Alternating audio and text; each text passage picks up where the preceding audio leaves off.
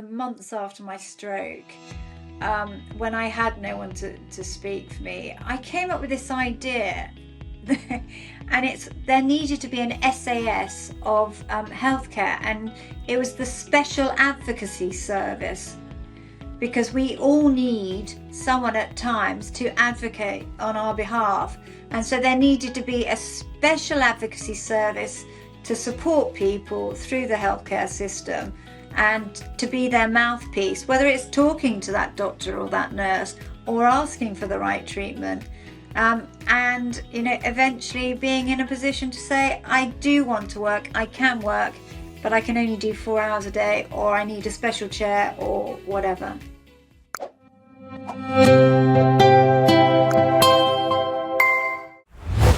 Right, so thank you for joining me today, Elizabeth. It's great to see you again. I see you wear you've got your judge's hat on. So tell me a little bit about your own fight and how this began for you. Well, lovely to see you too, Debbie. And I don't normally dress up in my judge's outfit on a Tuesday afternoon, but it seems very appropriate, because I just wanted to give you a little insight into my life and my health journey, and how the spirit of fight has been very clear throughout. So once upon a time, Elizabeth was appointed as one of the youngest judges in England, after a very successful career as a barrister, or as an attorney, as I think you would call it in the States. And I'd appeared in the highest courts in the land, before the scariest judges, and I never lost my voice, and I always was clear in my argument. And by 2011, I was also a published author, I was a Judicial College tutor judge, and I had a wonderful career ahead of me. But whenever I went to see a doctor, the strong, confident, eloquent Elizabeth would morph. I'd lose my strength, and I'd become a little mouse and weak, and whatever the doctor said, I said, yeah. And I found it very hard to communicate and explain my situation, through fear in many circumstances. But from 1999, and that's how far we have to go back, I've been experiencing some visual disturbance. I'd had high blood pressure, which wasn't really monitored well. And I developed this left-sided weakness and miscoordination. So after seeing my GP on a number of occasions, eventually he did say, I'll send you to see an expert. But when he said, I'm going to send you to see an orthopaedic surgeon, I didn't really question it, which looking back now was pretty mad. And I did see that orthopaedic surgeon, and I did have some scans. And he told me my brain scan was entirely normal. That didn't make sense to me, so I did question it, only to be told to shut up and don't ask questions. And so I didn't. But I knew in my heart, that gut feeling that something's not quite working right. But I didn't know what to do about it. I've been to the doctors and they'd told me there's nothing wrong. So that's what I accepted. And I got on with my life as a lawyer and as a mum of 2 small children. But then in 2011, life was to change forever, when I collapsed with a near-fatal subarachnoid brain hemorrhage and stroke. I went into a GCS3 coma, the lowest before death, and 99% mortality rate. I had a grade 5 subarachnoid hemorrhage from a ruptured giant aneurysm. And when I got taken to my local hospital, there was panic because they could do nothing. And the neurological hospital that was 45 minutes away had no ITU bed or neurosurgeon. And without brain surgery, I was going to die. But someone that night in that hospital did think this 46-year-old is worth saving, and they fought for me. I was young, I was fit, and I had no comorbidities, so I had a chance. And they did get me a bed, and they did get me a neurosurgeon. And that night I had 2 aneurysms clipped. But I was still in a coma for another 2 weeks. And when I came round, it was apparent that I was paralysed. I was blind, and I was severely cognitively impaired. I mean, I didn't know what a toothbrush was. I knew nothing, and I didn't have any insight into my condition at all. 3 months later, I was to learn that the 1999 brain scan I'd had not been entirely normal and had shown a 6mm aneurysm on my middle cerebral artery, which should have been operated on at that time. Instead, it went on to grow to 25mm, and when it ruptured, destroyed 25% of my brain, irrevocably. Medical negligence nearly killed me, but I had been complicit in accepting the advice of a doctor when, as a patient, I knew something was wrong or didn't feel right, and I really should have done something more. But most of us, mere mortals who have to deal with the medical profession, don't know what to do.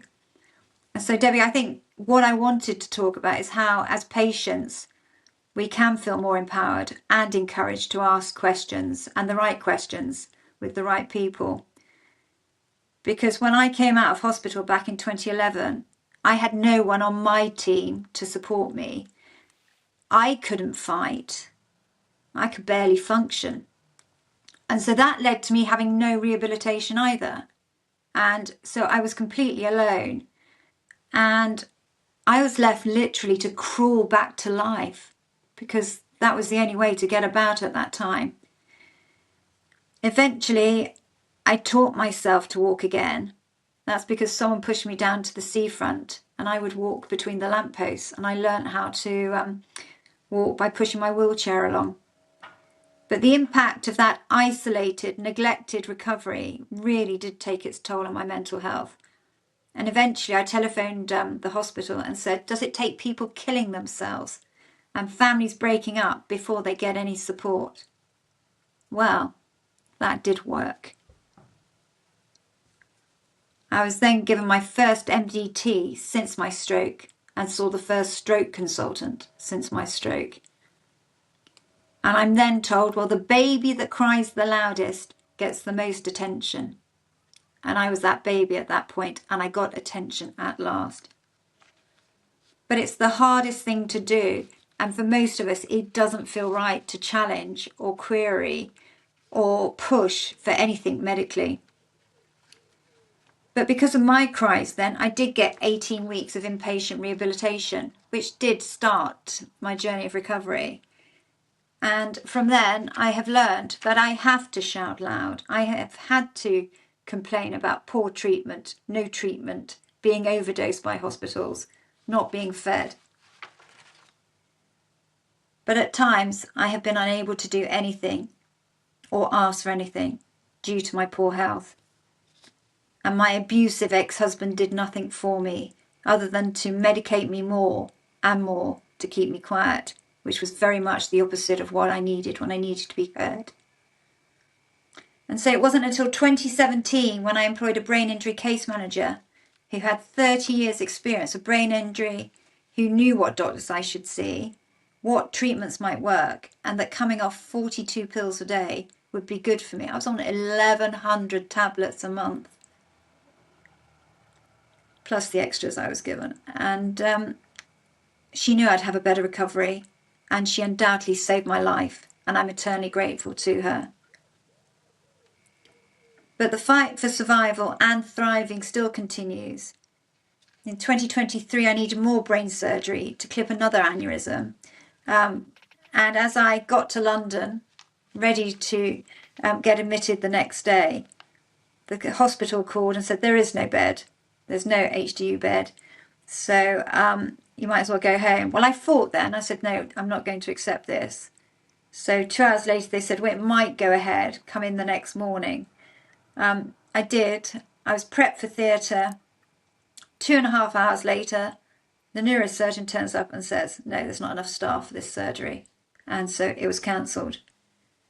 I was totally devastated, but I called to see the bed manager and fought for the next possible date. So I did have my brain surgery 2 weeks later and have made a great recovery, and my aneurysm has been healed. So without that fight, I don't know what would have happened. And then I'm so lucky, 2024, I get cancer.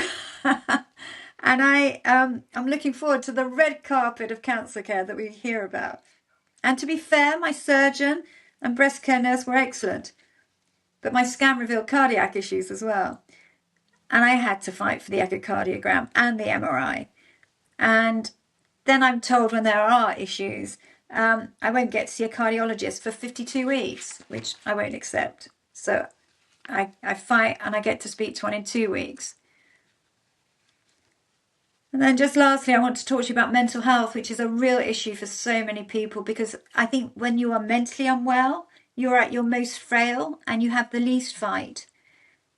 And having been diagnosed by 2 psychologists with PTSD arising out of the abuse I suffered by my ex-husband, I get referred to the NHS talking therapies team, who have a young girl at the end of a phone with a tick box to triage and assess whether I'm eligible for treatment and to make a diagnosis that clearly she's not capable of making because she isn't a psychologist and doesn't have the experience required. I didn't tick all her boxes, and it's then a bit of a struggle for her, so she has to go and get supervision and talk to someone about it. When she does come back and says, oh yes, we will give you treatment, I ask when. She says, oh, I don't know. I says, is it a week, a month, a year? And she says, I don't know. And so I fear that another fight is going to be on my hands with that one. But I just recount this because I am one of the strongest, most determined, eloquent women you can find. I am intelligent and educated, but I have struggled time after time to deal with the healthcare systems as they are and as they have been. And I am mostly blind still because of my stroke. I am physically disabled and I live with constant pain. And so I am exhausted having to fight week in, week out for better healthcare for me so I can survive and I can thrive and make a useful contribution to life. And so that is where we get to in 2025 with a hope that things can change to make sure that people don't have to go through what I've endured, not just since 2011, but going back to 1999. Yeah. I think your healthcare experience is on the extreme end of experiences that I've heard from people. I mean, it's not everyone who goes through such traumatic experiences as you have, and I'm sure you're aware of that. But there are some commonalities um, across the board from a lot of patients that I speak Mm-hmm. to in terms of the aspects of the fight. So the challenges with navigating the healthcare system, Mm. the sort of the physical challenges of their disease. Yeah. Um, Trying to maintain their own strength and Mm-hmm. quality of life while they're also battling the system and the trying to Mm-hmm. be heard and be get the right treatment and within a timely manner. Um, what are the other like aspects of the fight that you think might be applicable? I mean, I've just remembered about the fact that as part of my cancer treatment, I had to come off my HRT, which meant I went back into menopause. Now, for anyone, probably half the population of the world, who doesn't endure menopause symptoms, they are hideous, And I'm not jesting when I say give me a stroke or anything, but torture of not sleeping for a year and hot sweats, night sweats, it is disgusting. But what I have done is this time I found a private menopause GP because there wasn't one locally. And she has not only educated me herself, but told me to read a book that is really informative around HRT and breast cancer. And having read that book, I felt so much more informed about the subject, was able to talk to my oncologist about the relative risks and the research. And now I have an NHS menopause doctor who is also on side to put me back on HRT because the difference in risks from not being on it and being on it are so small when you look at the quality of life, particularly, bearing in mind what I've experienced for the last 14 years. So I think education around, your symptoms, your actual disease is so critical, because that will allow you then to have those conversations with the medical practitioners and put you on a more of a level footing. These are highly intelligent people who clearly, have been studying these things for years and years and years, where you haven't. But if you have that insight, to at least have a conversation, I think that does help.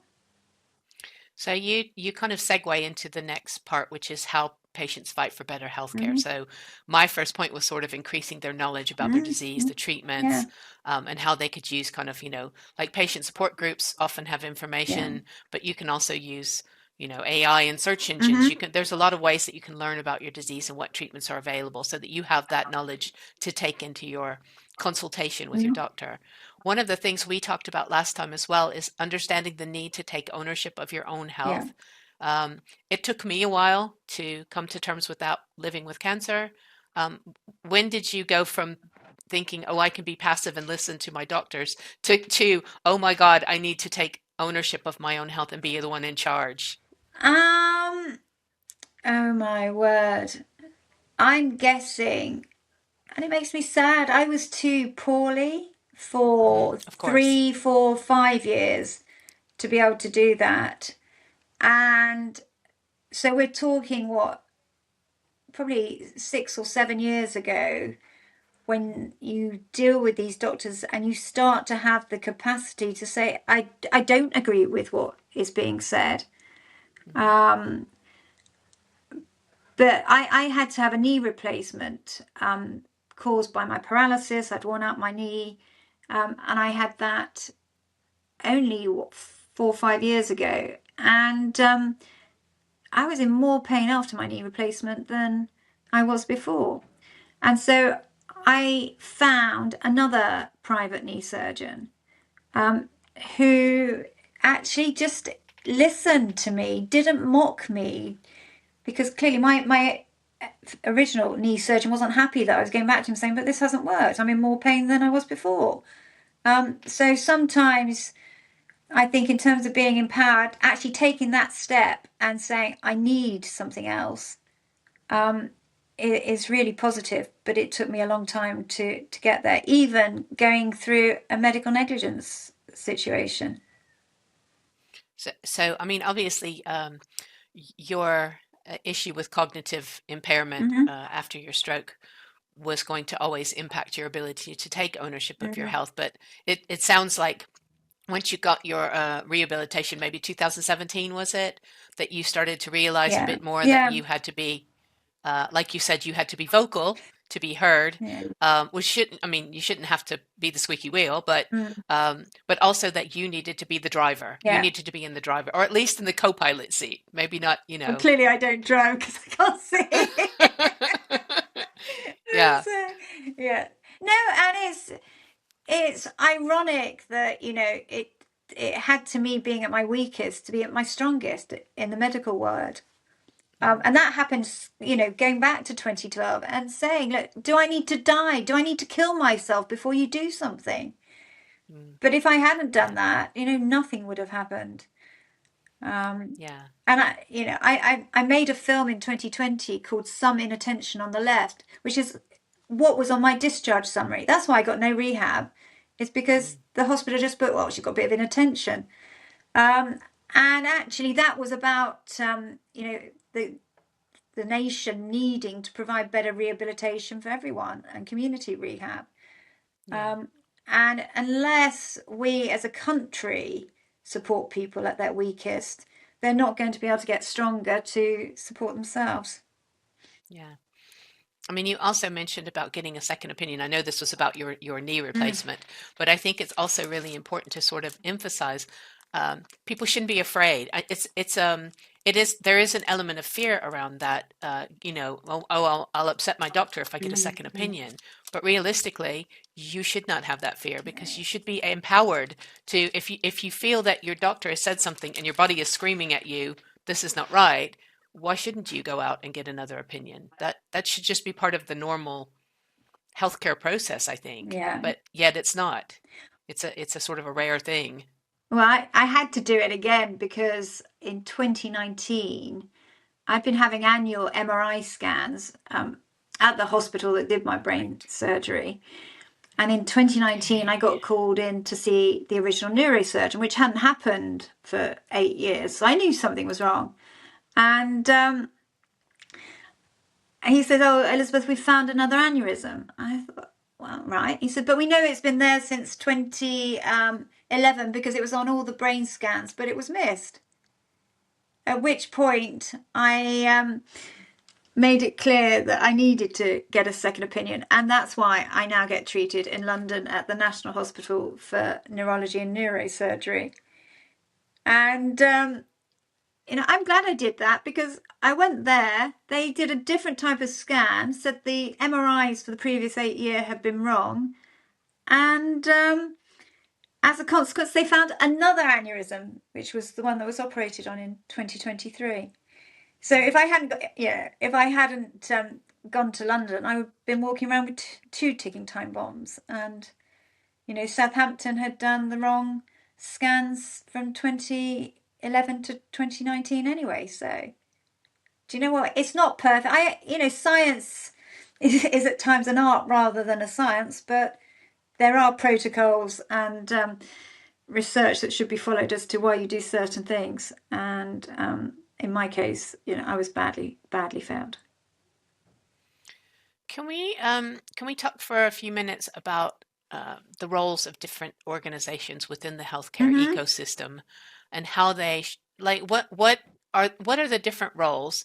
So if we look at things like, patient organizations, the pharmaceutical industry, Mm-hmm. healthcare professionals, hospital systems, what do you think that they should be doing Mm-hmm. to help lessen the burden of the fight on patients? I think for me, we need to join this all up.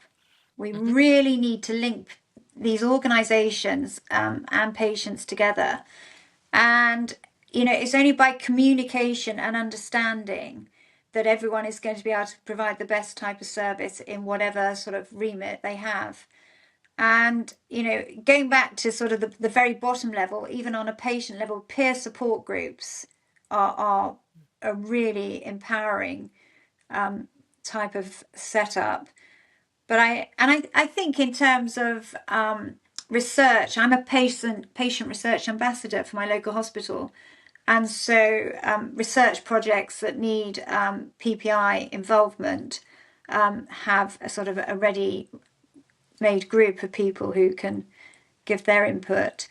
And I think you've got therefore people that are health experienced going into the hospital, which is positive. So there's a link there. But then there are researchers that are coming in and meeting those patients, which is also positive. Yeah. But it's communication and just familiarity. The more familiar everyone is with each other, the easier things will be. Definitely. And communication is really key. But just thinking about so if I'm diagnosed with a disease, Mm-hmm. normally the first place I turn to is the internet, and you will eventually find like a patient organization. Uh-huh. Um, in in my mind, a patient organization should be the ones that are providing sort of the knowledge and the skills and tools to sort of activate patients to become, self-advocates for Mm-hmm. their own care, to help them sort of take ownership. Um, do you agree? Do you have a different kind of perspective of patient organizations and their roles?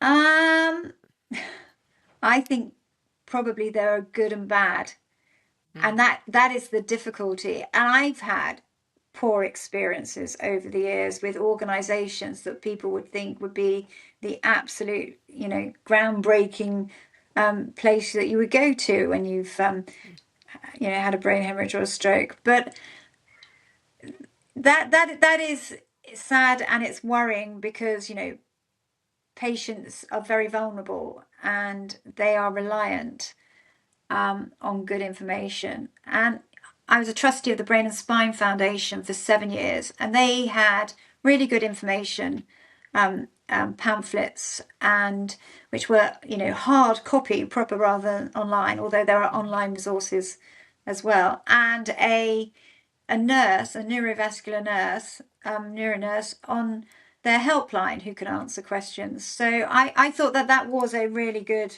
setup, but sadly that's not always the case, and I'm sure you've seen it in all your various experiences of Yeah. And I mean, healthcare. some organizations focus more on advocacy Mm-hmm. efforts and Mm-hmm. trying to get like policy change and new Mm-hmm. treatments to market and things like that. So I guess different organizations have different kind of focus areas, Mm-hmm. but also you kind of highlighted that, providing sort of patient navigators or nurses or something to Mm-hmm. help patients navigate the system is also really important. And sometimes I've seen that provided by the patient organizations and sometimes by the hospitals. Mm-hmm.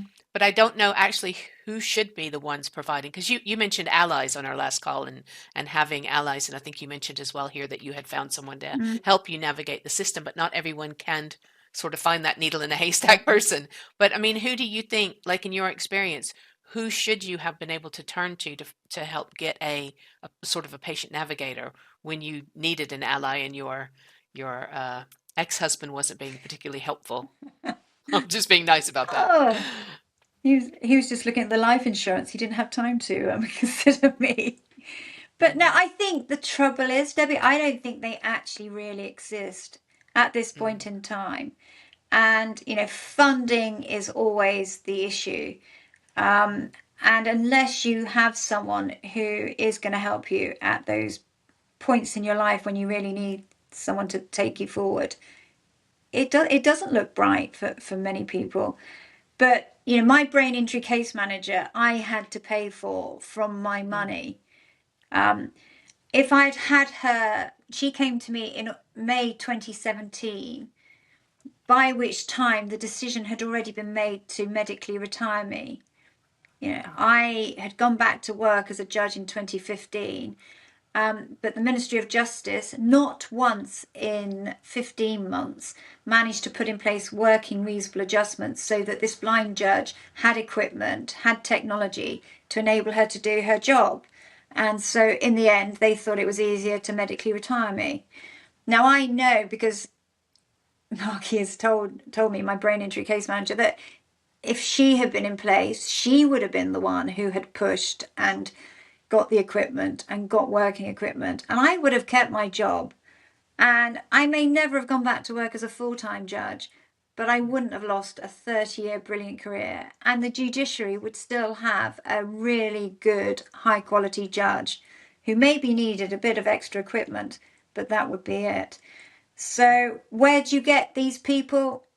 It is the needle in the haystack. And I actually think that the government, if it were to take a broader perspective on recovery and rehabilitation, would be getting more people back to work. There's a big thing at the moment around Mm. benefits. We're going to hear tomorrow what the British government is going to do about slashing benefits for people that have disabilities and health issues.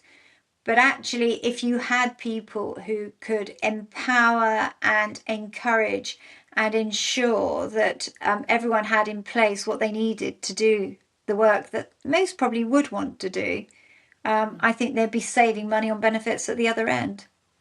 Yeah. I mean, as a patient, no one wants to feel useless, No. like they can't add anything valuable from a working perspective. Mm-mm. Like no one wants to just sit at home and watch EastEnders all day, right? That's just pointless.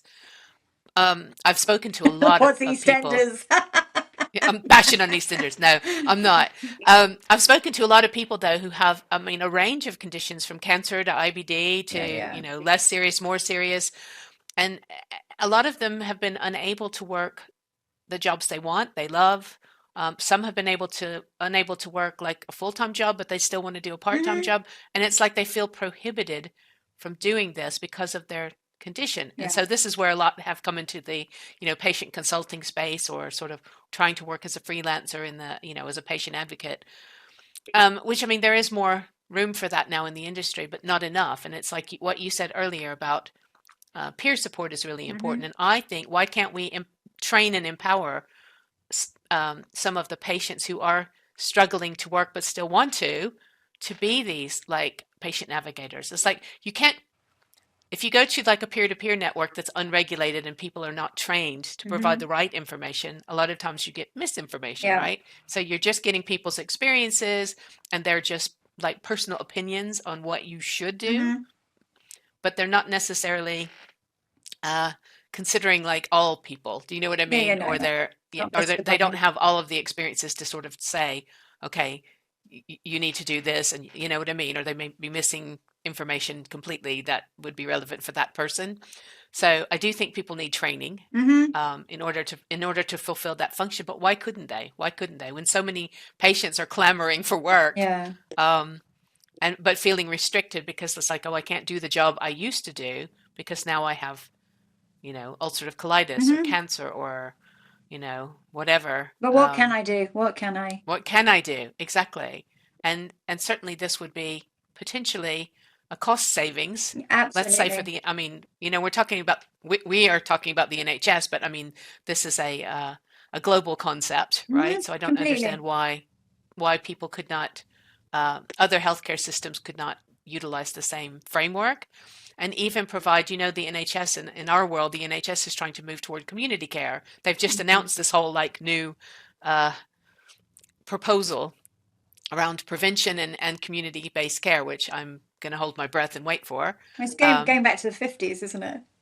but I mean, this is how we should be able to get community care. Mm-hmm. But having people who have lived disease experience and who have been trained and educated to be patient navigators surely would be one of the key things to help get people back Mm-hmm. into work and life and contributing as the government so Mm-hmm. wants us to do. I just think it seems like a missed opportunity to just gloss over that, you know? No, I remember literally in the months after my stroke, when I had no one to speak for me, I came up with this idea.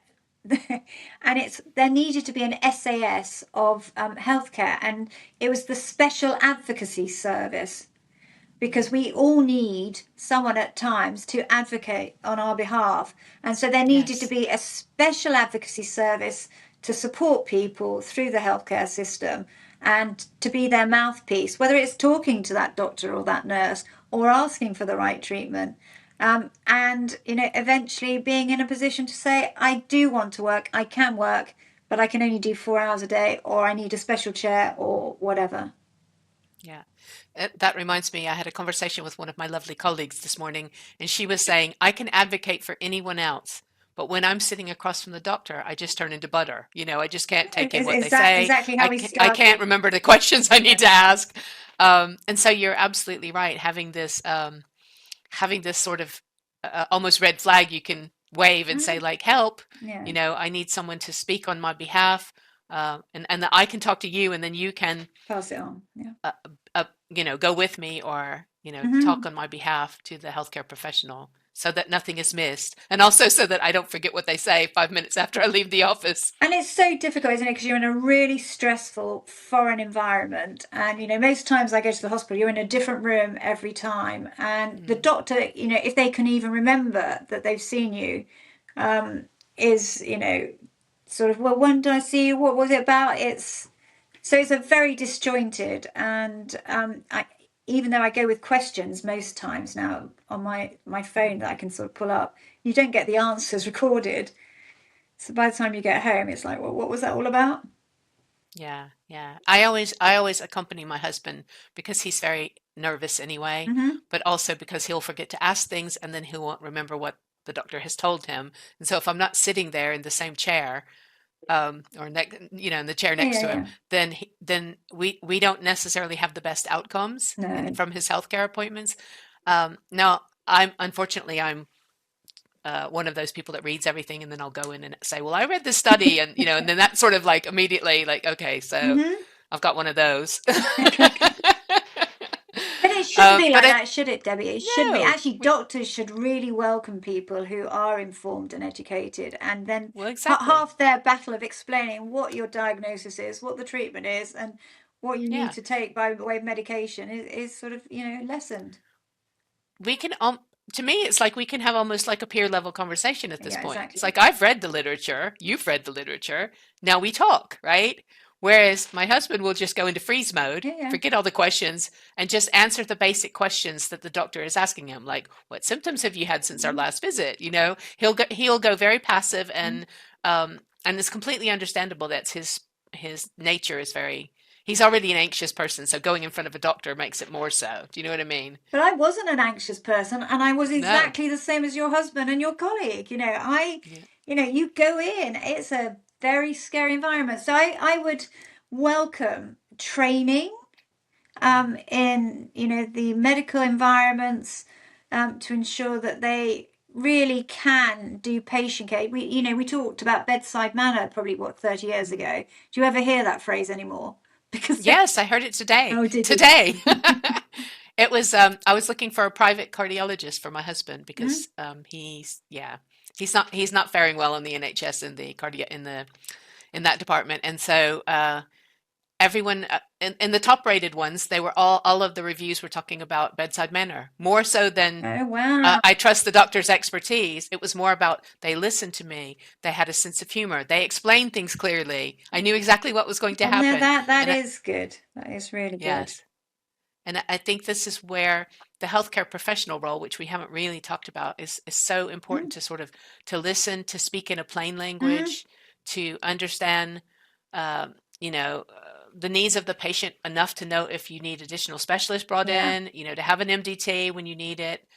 You mentioned it took a really long time for you to get your kind of MDT after your Yeah, stroke, yeah. which that's not the right way to go. And also to be open to that shared decision making. It's like Mm, you want to understand that person's goals and their, like, not just their treatment goals, but their life hmm. goals. Like, what do they need, you know, to do in their life? And how does the treatment that I'm proposing, like, support or impact that?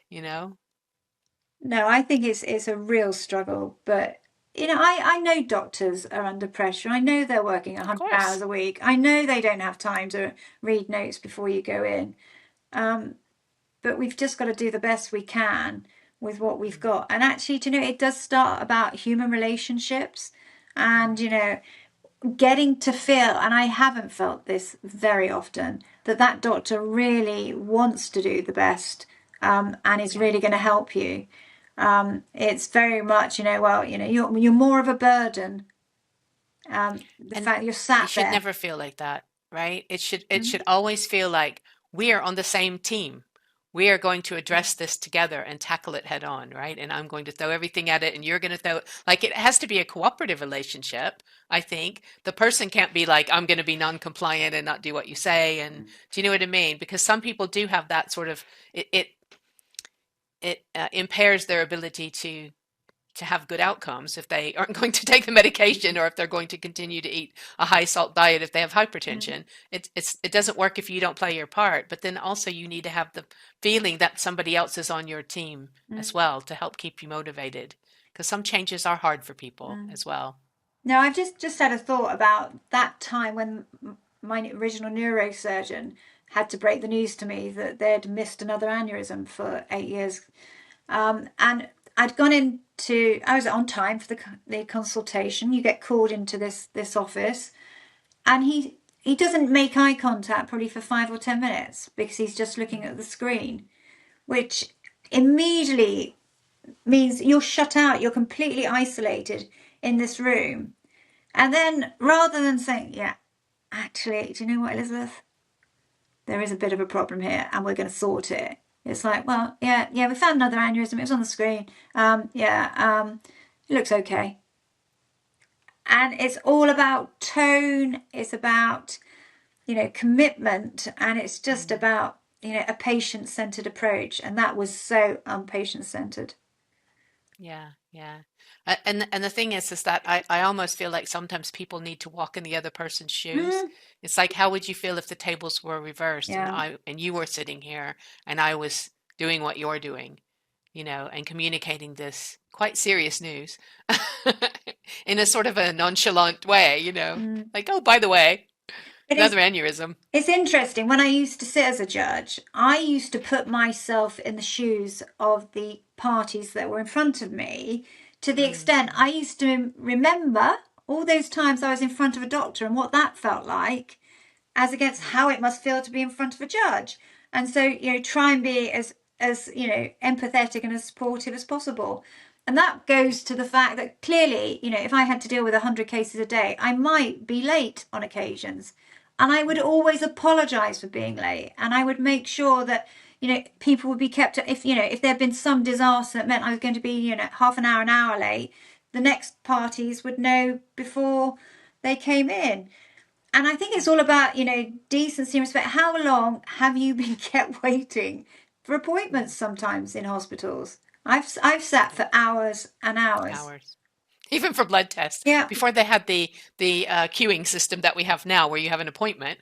How long did that take to get? I used to spend 2 hours at the oncology department waiting for a blood test. So yeah, just simple things like that.